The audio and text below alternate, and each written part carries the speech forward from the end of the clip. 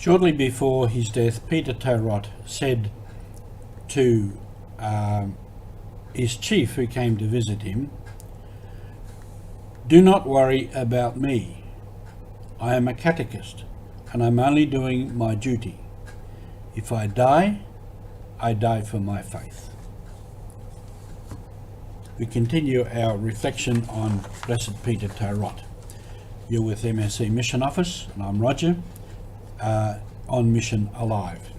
In April or May of 1945, after 2 official warnings, the Japanese authorities arrested Peter, and there began a process immediately towards his death. He was questioned by the Japanese, but it was a farce. It was only an opportunity to commit more violence against him. Various people, chiefs from his own family and his own people, even chiefs from the Methodist Church, tried to intervene with the Japanese to get him released, but to no avail. And I think the Japanese were determined to make an example of him, because he had directly opposed them in their orders and what they wanted to do, particularly in the case of polygamy. So he was imprisoned for 2 months, and in that time there was violence committed against him.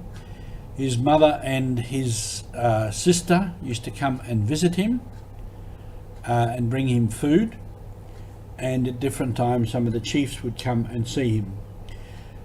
When the Rakanai chief, that would be his chief, who succeeded his father as chief, Anton Tata, visited Peter the day before his death, Peter said to him, "I am here because of those who break their marriage vows, and because of those who do not want the growth of God's kingdom.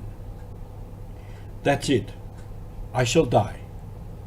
You go back and care for the people." The chief, Anton Tata, suggested that Peter try to bribe the Japanese, the police, for his freedom. And Peter said, "Put that out of your mind. They have already condemned me to death." And then in the lead up to his death, they said a doctor would come and give him medicine. But he knew this was not for the best reason, because he wasn't sick. He didn't need a doctor to give him medicine, and he recognised immediately that the medicine that he was going to be given would be what would kill him. And it was administered to him. And before that, he asked that those visiting, he asked his wife to bring him his catechist clothes, his best white shirt and tie, his long white lap, a loincloth, and his catechist cross, his rosary, and his shaving equipment. And he said, "It is not good for a man to lose his life through guns and bombs, but it is good for a man to give his life for the church." So he dressed himself up as a catechist in his best gear, and he shaved, and he had his cross around his neck, and he prayed that God would give him the courage to continue on this path towards martyrdom. The doctor arrived and administered medicine to him, and then he started to die. He was choking, and they put plugs in his ears, his nose, and he covered his mouth, and he was convulsing, and then he died. And not a nice death, not a good death. Then the people came and took his body away and buried it near Rakanai, where later, before the time of canonisation, the body was exhumed, and any remains left were put in a small wooden coffin, which is now on display at Rakanai. After his death, the news spread rather quickly, and people already proclaimed him a martyr. And this realisation that he was a martyr spread widely and quickly, and became firmly entrenched in the minds and the faith of the people that this man was a martyr. In 1995, Pope John Paul II came to Papua New Guinea to beatify him.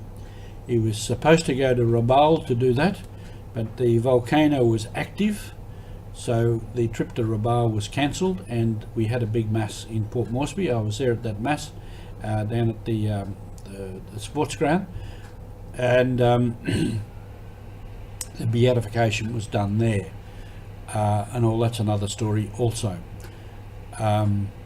So he is Blessed Peter Tarot, and people pray to him, and we're waiting also for perhaps some more miracles that would move him on to canonisation. And just as a footnote to it, many other people from the Pacific, not Papua New Guineans, other people from other nations around the Pacific, they would say, he is our saint too. They claim him as their saint of the Pacific. And I suppose they will continue to do that until perhaps one day they have their own saints in some of those nations also. And this is the process of mission.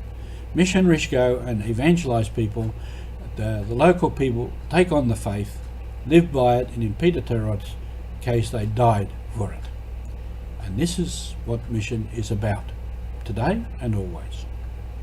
Thank you for being with us on this journey of Peter Tarot.